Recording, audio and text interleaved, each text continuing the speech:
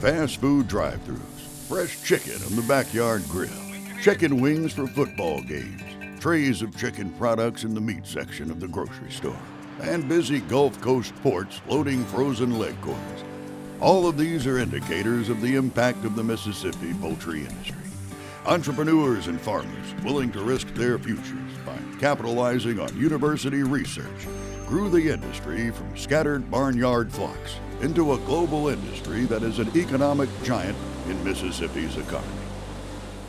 Over 55,000 Mississippians work in jobs associated with the poultry industry and earn wages and salaries of over $2.1 billion. The poultry industry is the largest income-producing agricultural commodity in Mississippi and has been for nearly 20 years.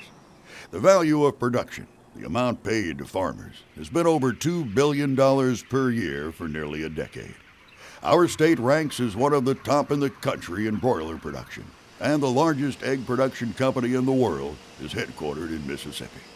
The poultry industry may be big in Mississippi now, but Mississippi's growth into a world leader in poultry production began on a small scale.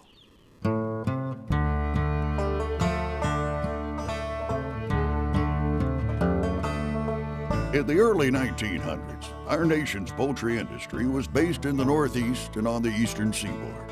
In Mississippi, poultry production was primarily limited to backyard chicken coops. Individual households kept enough birds to provide for their own egg and meat needs, along with some extra production to provide trading goods down at the local market. Poultry production was certainly not one of the farm's primary cash crops, so work with the chickens often fell to the women and children in the family. During this time, chick mortality was a major problem, usually from pullorum disease. Oftentimes, up to 40% of the chicks would die.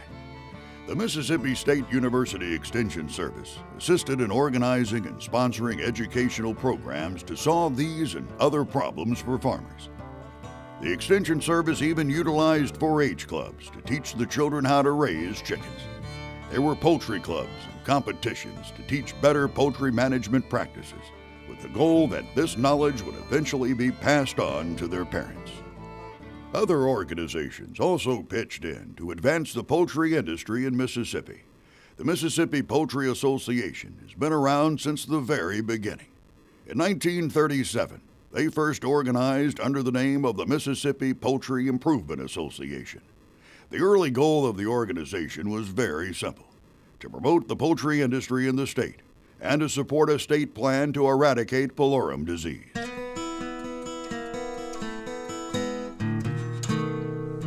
At the end of World War II, poultry production moved south from the eastern seaboard. Farmers discovered there was actually money to be made raising and selling chickens, and production shifted from small family flocks to much larger broiler houses, as farmers found more efficient ways to meet growing demand. Pioneering Mississippi entrepreneurs formed mostly family-owned companies such as Leek Milling, Arbor Acres, Green Acres Farms, Southeastern Poultry, Purnell's Pride, the Fred Moore Company, Colonial Poultry, Gaddis Packaging, R&R Hatchery and Milling, B.C. Rogers, Choctaw Maid Farms, McCarty Farms, Lady Forest Farms, and Davis Poultry. Over the years, many of these early poultry companies merged with and became parts of the large companies known worldwide today. Companies such as Cal-Maine Foods, Marshall Durbin, Pico Foods, Sanderson Farms, Tyson Foods, and Wayne Farms. But in those early years, the industry still struggled to operate in an efficient manner. All the segments of the industry acted independently of one another, causing quality control issues and interruptions in supply chains that prevented meeting growing market demand. Vertical integration developed, which allowed for better marketing and better planning. At one time, there were hatcheries, there were feed millers, there were broiler growers, and there were processors. It was segmented in a whole lot of different ways. And I think out of necessity, vertical integration took place. There could be no marketing until vertical integration took place.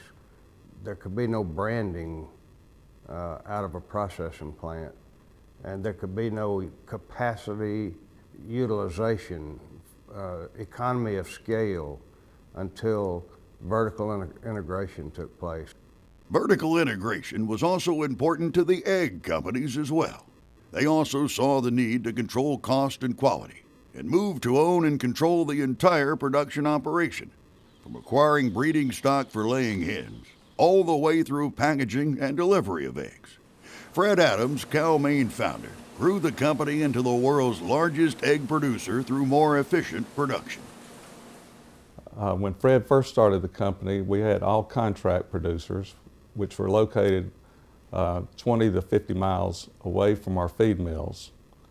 As we grew our company, we realized that an inline complex was more efficient and our quality would be better for the eggs that we produce. The inline complex was located closer to the feed mill. We had 1 million birds in one location. The eggs were not double handled. The eggs were produced, rolled directly out of the cage onto a belt, to a cross belt, and directly into the processing plant, where they were washed, sized, and packaged. We controlled our costs as far as the quality of the egg. The houses were environmentally controlled. We produced larger eggs with fewer cracks.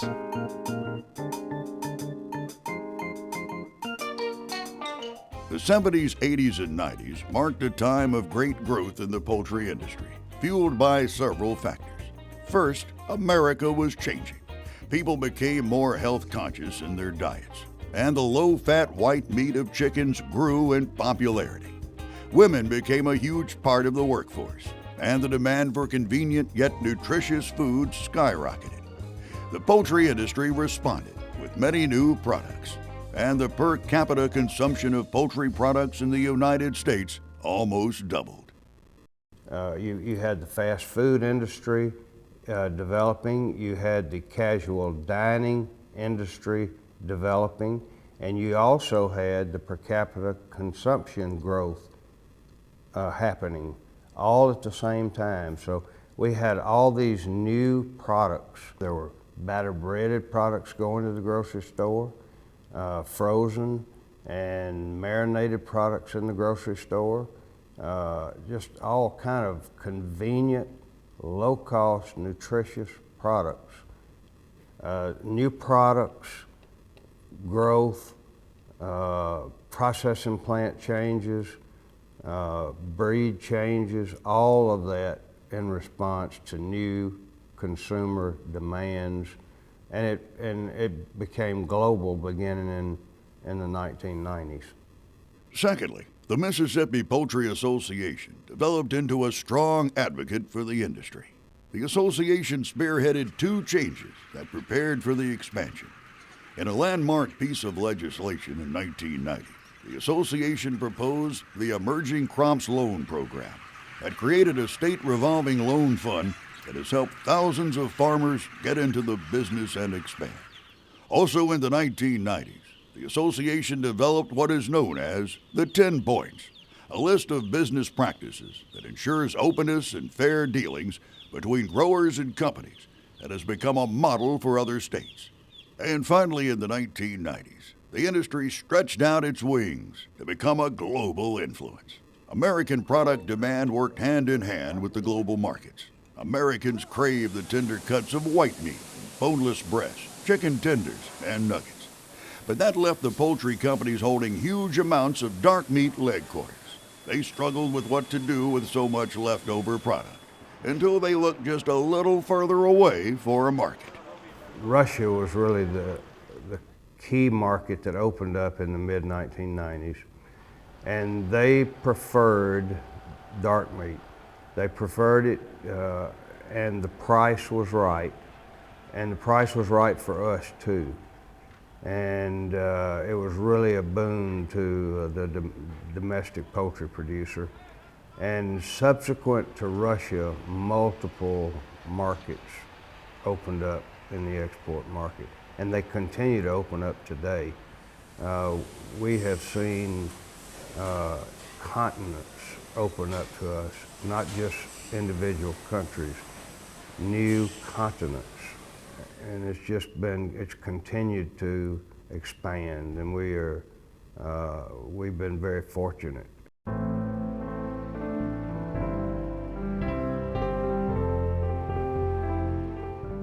Academic support also played a huge role in the development of the poultry industry. Mississippi State University hired its first full-time poultry staff member in 1904. For the first 40 years, the department primarily served as a teaching and service unit, offering poultry husbandry courses. The university produced many educational publications through the years, including information on poultry house construction, some interesting feeding advice for both laying hens and broilers, and this Southern classic, Kudzu and the Ration of Growing Chicks. In 1946, the Poultry Science Department was formed, and the first true Bachelor of Science degree in poultry science was granted in 1948. Many of those who received their BS degree in poultry science from Mississippi State University moved on to become industry leaders. I would say one of the largest impacts we've had has come through the students that have come through here. Many become real leaders and developers of that industry. These people and many, many more have become leaders and been the decision makers that has been a part of this industry growing and becoming the type of industry it is, which is, as you know, the largest in the state by far. Besides providing the manpower for the industry, through the MSU Poultry Lab and the College of Veterinary Medicine, Mississippi State also forged ahead with groundbreaking research to solve industry problems. This included research on disease control, animal immunology, the environment inside the chicken house, and high-energy diets. Research into these areas has led to more efficient growth to market size. The most important contributions have probably come in the area of nutrition and the development of high-energy diets so that we can feed birds out now to market age in 6 weeks, where it used to take, say, 13 or 14. The birds are several times larger now than they were. In order to get this efficient enough that you can do it in mass, like you would do in a commercial application, you want to put the most pounds of meat on that bird that you can for the least amount of money.